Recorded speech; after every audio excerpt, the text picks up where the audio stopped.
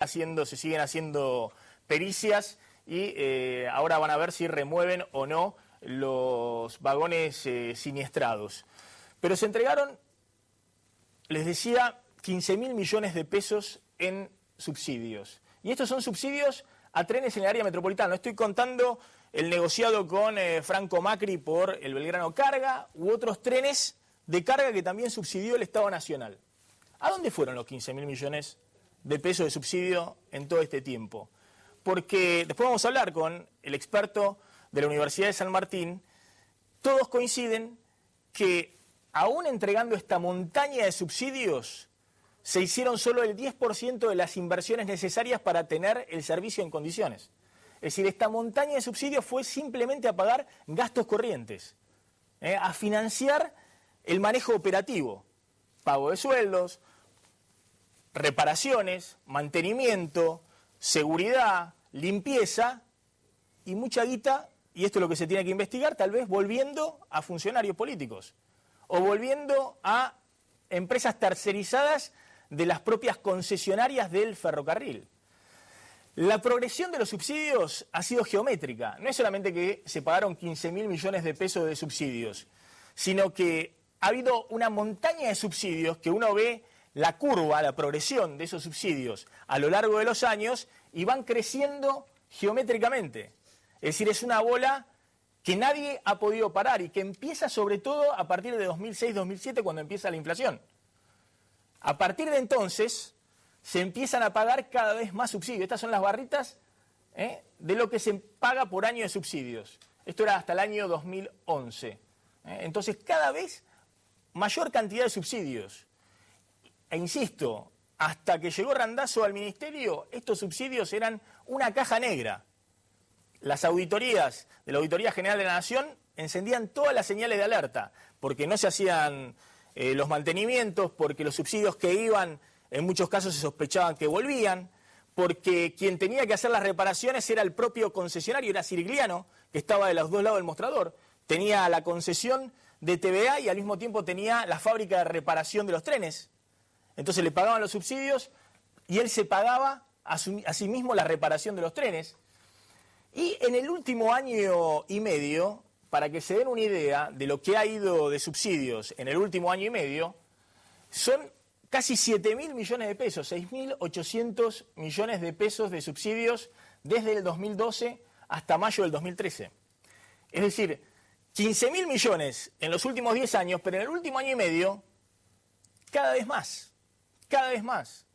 Esto tiene que ver con un esquema de tarifa congelada durante buena parte del periodo, tiene que ver con una crema que debe haber ahí de corrupción muy grande en el sector ferroviario, pero lo cierto es que todo este dinero que fue a gastarse en los trenes porque no se invirtió, lo único que dejó es trenes en estas condiciones y que terminen en la tragedia de Once o hoy en la tragedia de Castelar.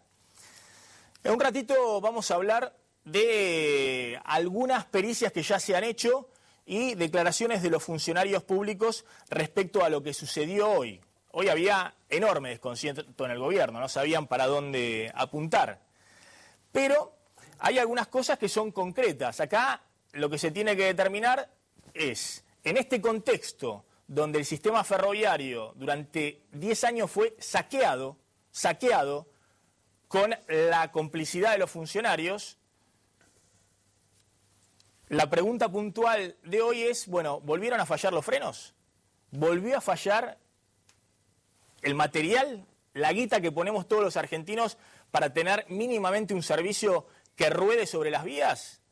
O, y esto lo deslizó Randazzo y los funcionarios públicos, la responsabilidad está en el maquinista. Rubén El Pollo Sobrero, gracias por venir. No, por favor, gracias. Bueno, a ver, ¿qué se está discutiendo en este momento? ¿Qué pasó con la formación de Castelar? En primer lugar, hoy a la mañana temprano, Horacio Caminos, que es el vocero de la fraternidad, el gremio de los maquinistas, antes que incomunicaran a los dos maquinistas de la formación que venía y la que estaba detenida y a sus colaboradores, a los jefes de inspección, ¿no? O los inspectores, a los guardas, están ahora todos detenidos y incomunicados. Me decía Caminos que ellos habían podido hablar con el maquinista y el maquinista le había dicho que los frenos no funcionaran. Sí. Randazzo salió a decir que los frenos estaban en buenas condiciones, que habían sido cambiados recientemente, mostró todas las facturas del cambio de los frenos y que el maquinista no había escuchado las señales de alerta que se habían dado en el trayecto previo a impactar a 62 kilómetros por hora, es decir, muy rápido, muy fuerte. Sí.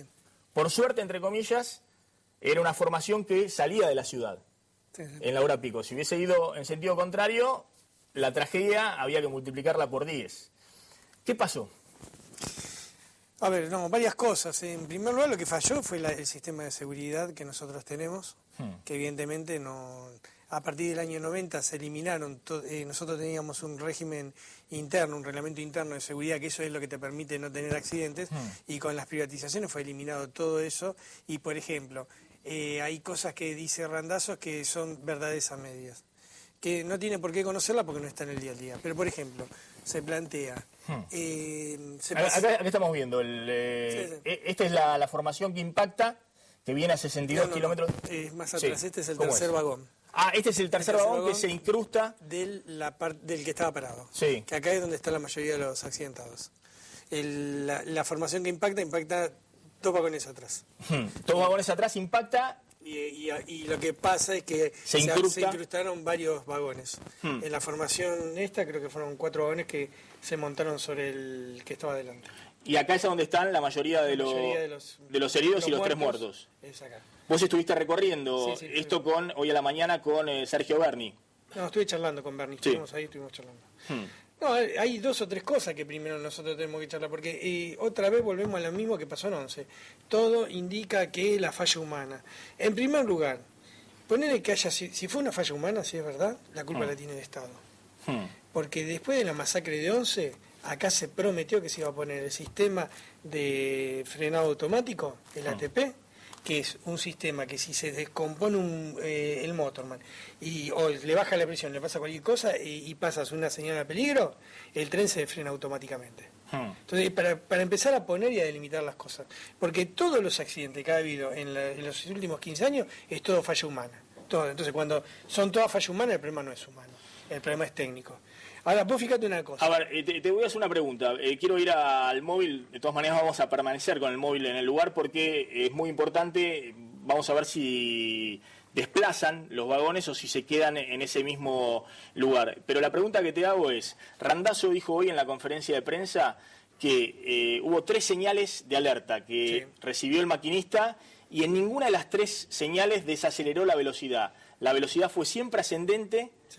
Y chocó a 62 kilómetros por hora, que es una velocidad fuerte. Para que tengan una idea, en la tragedia de 11 se chocó a 34 kilómetros. Es muy normal transponer señales a peligro en la empresa porque como... Que no se escuchen las señales, que no se le preste atención a las señales. El sistema de señal anda mal, desde control trenes te hacen transponer señales a peligro. Eso es lo que no se Randazzo. Todos los días se transponen señales a peligro por orden de la empresa. Es decir, que se le modula al maquinista... Órdenes, vos tenés las señales que te dicen que no tenés que pasar. Está viendo la señal roja. El control te dice transpone, porque el sistema de señales es del año 1921 y nosotros vinimos planteando hace rato y uno de los problemas que tenemos es que está tan mal que no se puede confiar en las señales.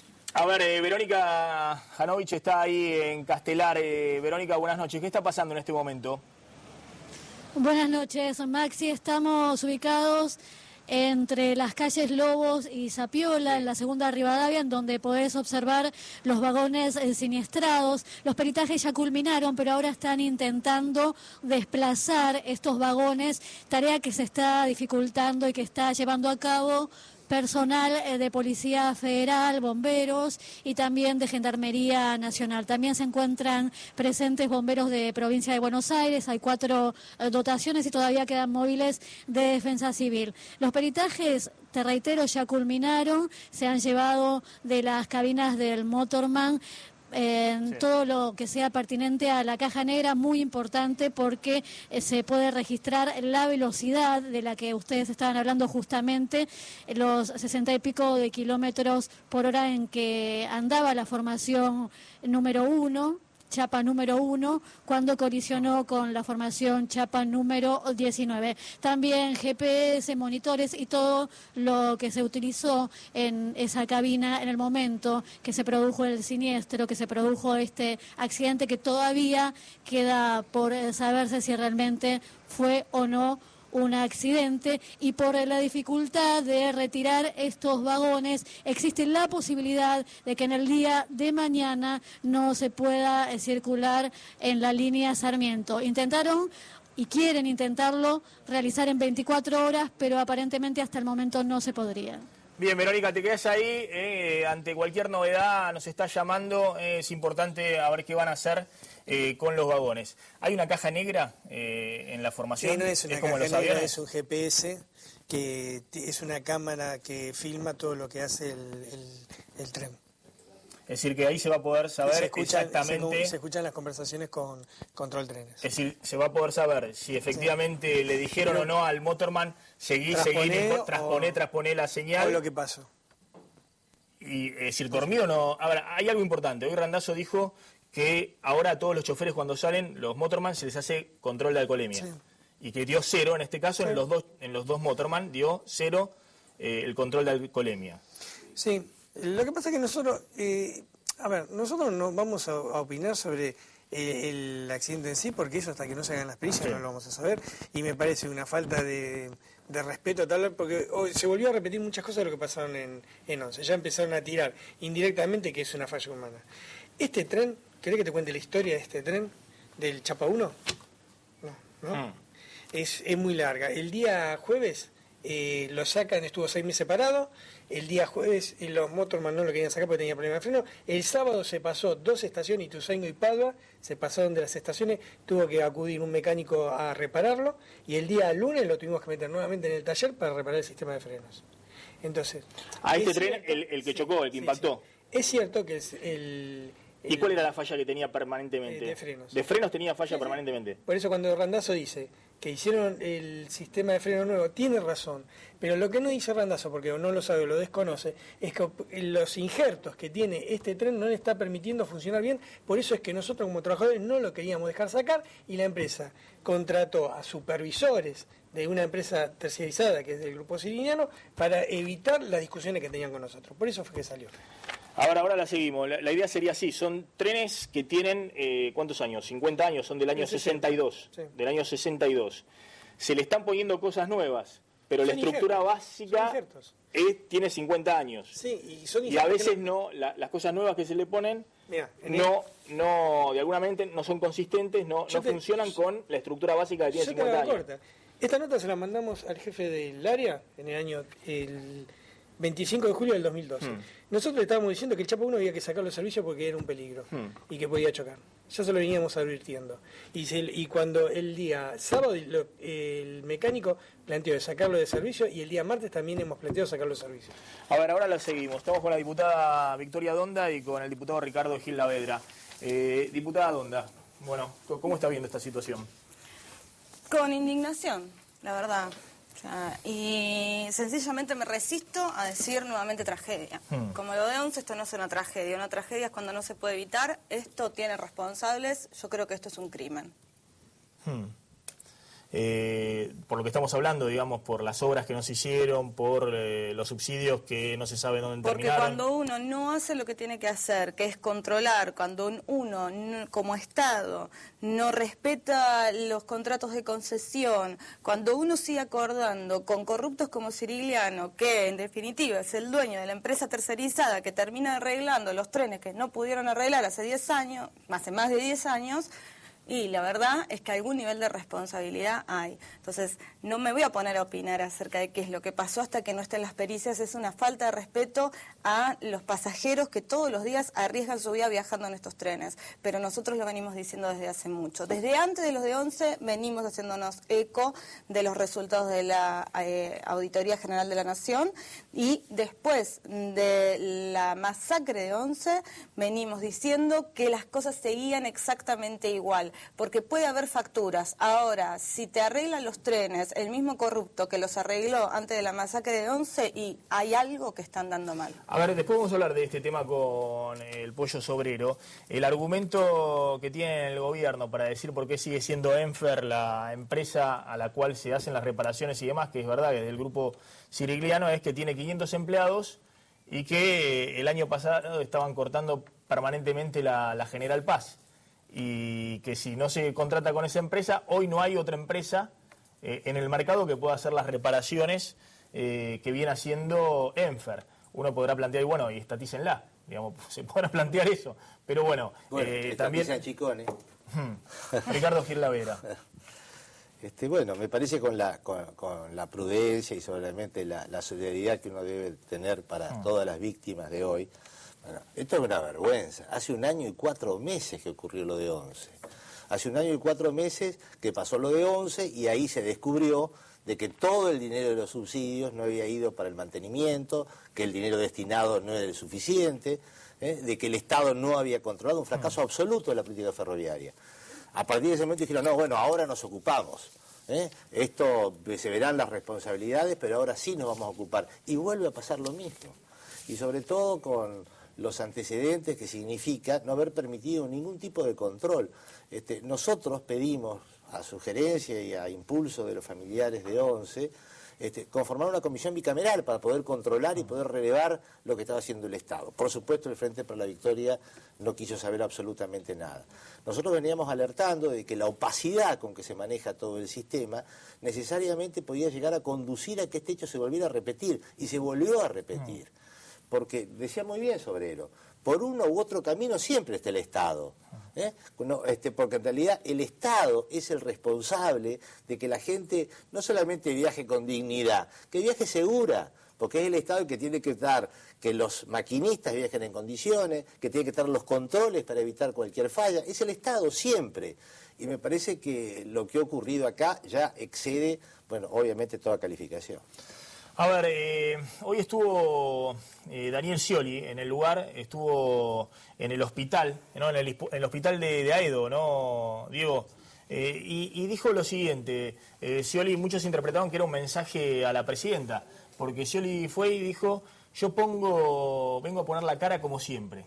¿Se acuerdan cuando Cristina hace una semana dijo, y aquellos que no ponen la cara, que se borran, que no están presentes? Bueno, hoy estuvo Scioli, fue abucheado, y dijo lo siguiente.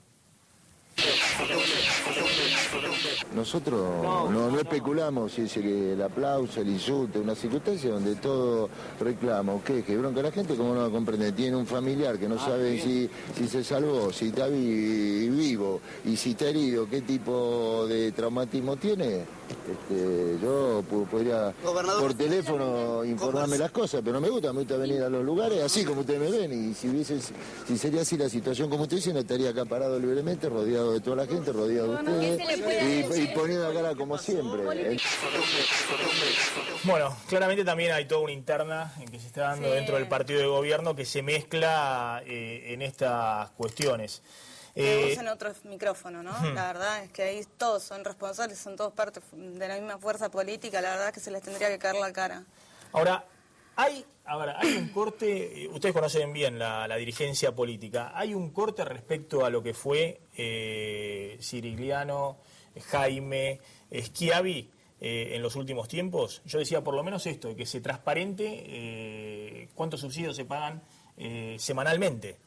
Cosa que antes no existía. Antes creo que los subsidios estaban anotados en una libretita que tenía Jaime en su despacho. Pero no, es que no muera la gente, que la gente pueda vivir con un mínimo de seguridad. Ese es el corte.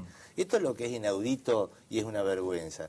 Hoy nosotros hemos presentado un pedido para que el ministro venga a dar explicaciones al Congreso. Me parece que es lo mínimo, que venga a decir, a ver, qué se invirtió, de qué manera y cómo se trató esto de ser reparado. Sinceramente es inaudito que esto suceda. No, Maxi, además no es cierto. La verdad es que antes también se sabía dónde iban los subsidios. Si vos ves los informes de la AGN, tenés detallado mes por mes cuánto cuánto iba de subsidio a cada una de las empresas, cuánto volvía, la AGN hacía las denuncias correspondientes, nadie les daba bola. No, eso es otra cosa ahora. Eso era expos, eso era un año después. Antes se sabía dónde iban los subsidios, ahora se sabe dónde van los subsidios, donde también se sabe dónde no van los subsidios, es evidentemente a poner las medidas de seguridad que tienen que poner para que estas cosas dejen de pasar, porque se ve que ninguno de ellos ni sus hijos viajan en tren. Ese es el problema que hay. Yo quisiera saber, dicen que Cristina va a ir en estos días a inaugurar no sé qué cosa en Morón. Que viaje en el Sarmiento, a ver cómo le va y si no tiene miedo de viajar en el Sarmiento, como tienen todos los hombres y mujeres que van a laburar, van y vienen a laburar y se tienen que subir a una chatarra vieja como esa, que lo único que hicieron ahora es pintarla. Entonces, la verdad que es una falta de respeto usar cualquier excusa para terminar tapando esto que sinceramente me parece ya es, sí, realmente no hay calificativos, o sea, porque uno se indignó con lo de 11 y ahora excede la indignación. Ya está Pino Solanas en nuestros estudios, que hoy la verdad que fue víctima de algo insólito, ¿no? Temprano, cuando todavía no se sabía cuántos muertos había, cuántos heridos y demás, Diego Genú estuvo tuiteando Luis Delía, ¿no? Y Luis Delía casi como que elaboró una teoría conspirativa donde responsabilizaba a este señor, al diputado Pino Solanas, y al Pollo Sobrero de la tragedia. De la tragedia. Muy temprano, fue lo mismo que hizo Luis Delía en realidad cuando fueron las inundaciones en La Plata. Fue el mismo tipo de razonamiento. En ese momento dijo, están tapando con lo de La Plata lo que pasa en la ciudad de Buenos Aires. Ahí tenés el mensaje que... El tuit que ahí después... lo podemos leer, si sacan el graf lo vamos a ver el tuit de Delía. Duró muy poco, ¿no? Delía después lo borró porque enseguida vinieron muchas críticas. En momentos en que se insinúa que Randazzo sea candidato del Frente para la Victoria en Buenos Aires, un tren que iba al taller embiste a otro. Y en mayúsculas, Pino Pollo, entre signo de pregunta, obviamente apuntando a una conspiración, a un hecho armado por la oposición al gobierno nacional. Después lo borró, después dio una serie algo de descabellado que en su momento también elaboró Aníbal Fernández cuando fue la quema de los vagones de Aedo, que justamente estaba Pino Solanas sacando un documental sobre lo que él llamaba el ferrocidio. Estaba filmando. Y que en su momento, bueno, fue repudiado y obviamente no se encontró absolutamente ninguna vinculación con Pino Solanas. Y que en el caso del Pollo Sobrero fue peor, porque el Pollo Sobrero estuvo preso. Es decir, hubo una causa que se armó y el Pollo Sobrero estuvo varios días preso por esa causa, donde también se lo ubicaba como posible conspirador de la quema de vagones de Aedo. Pino Solanas, gracias por venir. Bueno, ¿cuál fue la reacción cuando sucedió lo que sucedió hoy? Bueno, la primera reacción naturalmente es de dolor, de indignación. Es sorprendente que Luis Delía está preocupado si le va a perjudicar esto o no a Randazzo. Para nada está preocupado de los 250 heridos, los 3 muertos. La misma sensibilidad de la presidenta. Hay cosas que van bien, hay cosas que van mal. La soberbia para no tener una palabra de sensibilidad para con todas las víctimas de su irresponsable política. Porque esto es consecuencia directa de la profundización del desguace ferroviario y la caja negra de los subsidios. Néstor Kirchner tuvo durante 4 años al delincuente de Ricardo Jaime como secretario de Transporte. Y Cristina 2 años y medio más con Jaime. Y después lo tuvo al otro irresponsable que su argumento era que las víctimas de 11 habían sido muchas porque el tren era muy temprano. Si hubiera sido más tarde el tren, hubiéramos tenido... Pero no es solamente eso. Ellos avalaron todo ese desguace. Acá se negoció la corrupción, terminó matando muchísima gente. Nos estamos olvidando de los 12 muertos de la calle Artigas en Flores. Eso fue exactamente en el año 11, septiembre del 11. En 2011, sí, 2011. También en la línea Sarmiento. La misma línea Sarmiento, durante 15 días la barrera estuvo a 45 grados y la Comisión Nacional de Regulación del Transporte, cuya principal función es velar por la calidad del servicio y del material, bueno, todo eso siguió y 6 meses después tuvimos los 52 muertos de 11 y 800 heridos. Entonces todo esto es consecuencia de una política que ha terminado siendo un verdadero ferrocidio.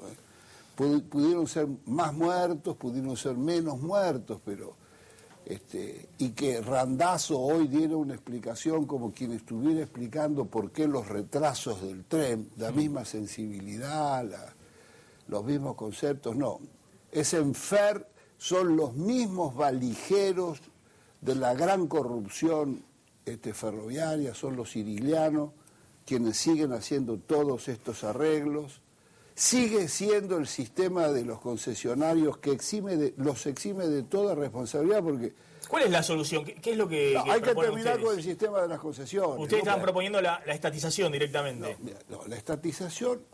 Es decir, que no esté el Estado como socio bobo poniendo todo el dinero y administran los privados. El Estado hoy es el único responsable de todos los accidentes, de todas las roturas y de todas las reposiciones y paga todo. Salario, todo, paga mantenimiento, todo. Paga todo. El Estado es el dueño de los ferrocarriles. Lo que tenemos que ir es a un sistema público porque los ferrocarriles son del público. El Estado es la expresión institucional y jurídica de los bienes públicos.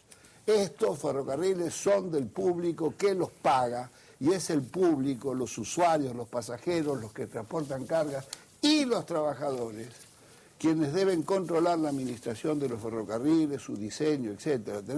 Por supuesto que esto tiene que ver con la batalla por la ética pública, con la reconstrucción de una justicia federal penal que no esté maniatada con el pacto de impunidad, etcétera. Por suerte ayer ha habido un fallo que nosotros creemos que ha sido un fallo ejemplar, el de Servini de Cubría, sobre el tema del Consejo de la Magistratura, pero en fin, son muchas las medidas. Pero por más esfuerzos que hubiera querido o que pretendió hacer Randazzo, acá no hay un plan maestro de reconstrucción de los ferrocarriles, sigue siendo el mismo sistema, los concesionarios son los socios de TVA en los otros servicios, estamos en el mismo circuito y la misma caja negra de los subsidios que nadie ha querido investigar.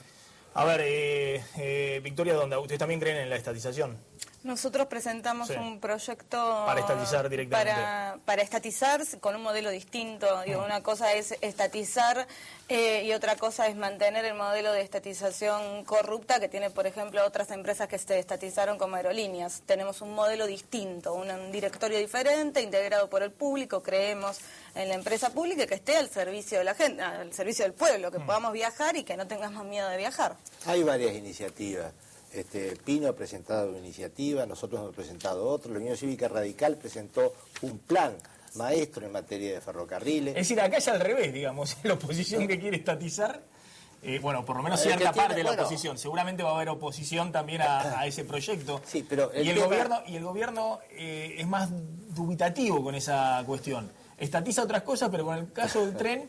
le cuesta ir de sacar estos concesionarios privados del medio. Papel prensa, chicones, toda esta cosa sí, ¿no? Pero en realidad la cuestión es más compleja, es discutir un nuevo modelo ferroviario. Y todas estas propuestas que tienen algunos aspectos coincidentes y en otras divergen, bueno, hay que discutir eso en la Argentina. Y por supuesto, sin corrupción. La barbaridad y el verdadero latrocinio que ha habido respecto de la administración de los subsidios, esto es evidente. Y las pruebas están, dice muy bien que acá esto ya no es solamente irresponsabilidad, esto ha sido criminal, porque la malversación de esos dineros destinados a mantener este servicio en condiciones de seguridad para otros fines o para robárselo, bueno, termina en esto, terminan muertos y en heridos. A ver, Diego Genú, dame alguna información de último momento respecto a lo que se está manejando, las causas del accidente, lo que dijo Randazzo. Bueno, la información de último momento es que hay todavía 32 personas hospitalizadas y 5 de ellas están en terapia intensiva. Hay que ver qué va a pasar con ellas. Y por otro lado tenés la información que tiene que ver con la justicia. El juez, que se llama Jorge Rodríguez, por ahora esto está caratulado como estrago doloso seguido de muerte. Hay que ver qué es lo que aporta el material fílmico, qué es lo que aportan las pericias, pero el fiscal está pidiendo material sobre todo de las cámaras de seguridad. ¿De quién es la responsabilidad? Por supuesto, las 3 hipótesis que se manejaban, una es la que insinúa la UOMS, que es la Unidad de Gestión Operativa del Sarmiento y Mitre, es el error humano, lo que se comentaba al principio del programa. El maquinista. El error humano del maquinista, del motorman, que por supuesto desde la fraternidad lo salieron a defender. Y otra es la posibilidad de que no haya frenado los frenos, efectivamente, a pesar de que habían sido reparados hace muy poco, según lo que decían los trabajadores de Enfer. Hoy hablamos también con los trabajadores de Enfer, hay alrededor de 400 trabajadores ahí en los talleres de Sirigliano. Y la otra es que haya habido una falla técnica, la tercera opción, que es la menos explorada por ahora. ¿Cómo una falla técnica? Que haya fallado algo en el sistema que no tiene que ver con los frenos. Se está analizando el sistema eléctrico, pero bueno, eso hasta ahora está como opción menos posible. Hasta ahora lo que se analiza es el maquinista o los frenos. Ahora, al Pollo Sobrero le voy a preguntar, las inversiones que se hicieron en el Sarmiento básicamente tienen que ver con las vías. Estuvo, de hecho, con un circuito limitado el Sarmiento durante varias veces y se renovaron buena parte, o no sé si la totalidad de las vías. Nosotros hemos recorrido. Sí, lo que se ¿Te acordás hizo, que anduvimos recorriendo y las vías eran de qué año eran? ¿De 1930? 1930. 1930, bueno, eso se cambió, las vías se cambió. Sí. Ahora el problema está en el material rodante, lo que hay arriba de las vías. Venimos, a ver, vamos a encontrar 10 millones de fallas, porque el problema más grave que tenemos es el de señales hoy. Yo qué sé, nosotros lo denunciamos antes de ayer. ¿Sigue siendo el señalamiento viejo? 1921. 1921. Nosotros tenemos un gran problema que se nos abren las barreras solas cuando está pasando el tren. ¿Se abren las barreras? Sí, lo venimos planteando y hace 48 horas nosotros mandamos una carta de documento a la empresa planteando este tema. Ahora, el problema es que vos podés buscar y en cada accidente o en cada masacre o en cada tragedia podés buscar la falla. Ahora, el problema es si nosotros seguimos manteniendo este sistema que fue creado por el menemismo, estas concesiones que la verdad ya me da la impresión que ya han hecho muestras acabadas de su fracaso, porque no es solamente muertes. Es robo, como se vio en toda la carga, que faltan vagones, se liquidan locomotoras como en Ferrobaires, como en el NSA, como en la aceitera de esa, es decir, en todas las empresas que se han robado el material ferroviario y que después los trabajadores somos los que tenemos que poner la cara y el usuario es el que termina pagando con subsidios. Entonces, para hablar claro, si no se va a una reestatización con control de los trabajadores y los usuarios, nosotros de verdad vamos a estar complicados porque ¿quién te garantiza de que esto no va a volver a pasar? ¿Pero qué es lo que cambiaría la reestatización? Eso es lo que no entiendo. Y que los trabajadores decidan dónde va la plata. Antes de hacer una estación nueva, prefiero poner un sistema de frenado automático para que los trenes no choquen. Porque yo particularmente, cuando había un rito ferroviario que fue creado en el 1876, donde te decía los pasos para no cometer no tener ningún accidente, y eso fue eliminado con las privatizaciones, con la ley de flexibilidad laboral. Todos los sistemas que habían en el ferrocarril para que vos pudieras tener un ferrocarril seguro, fueron todos eliminados. Todos. Por eso cuando dicen pasó 3 señales a peligro, todos los días se pasan señales a peligro por orden de control trenes, de la jefatura, porque el sistema de señalización es viejo y es caduco. Ahora, ¿puede ser que el tema de señalización en este caso haya contribuido en la tragedia? ¿Puede ser? Es decir, que las alertas hayan funcionado mal. Puede ser cualquier cosa.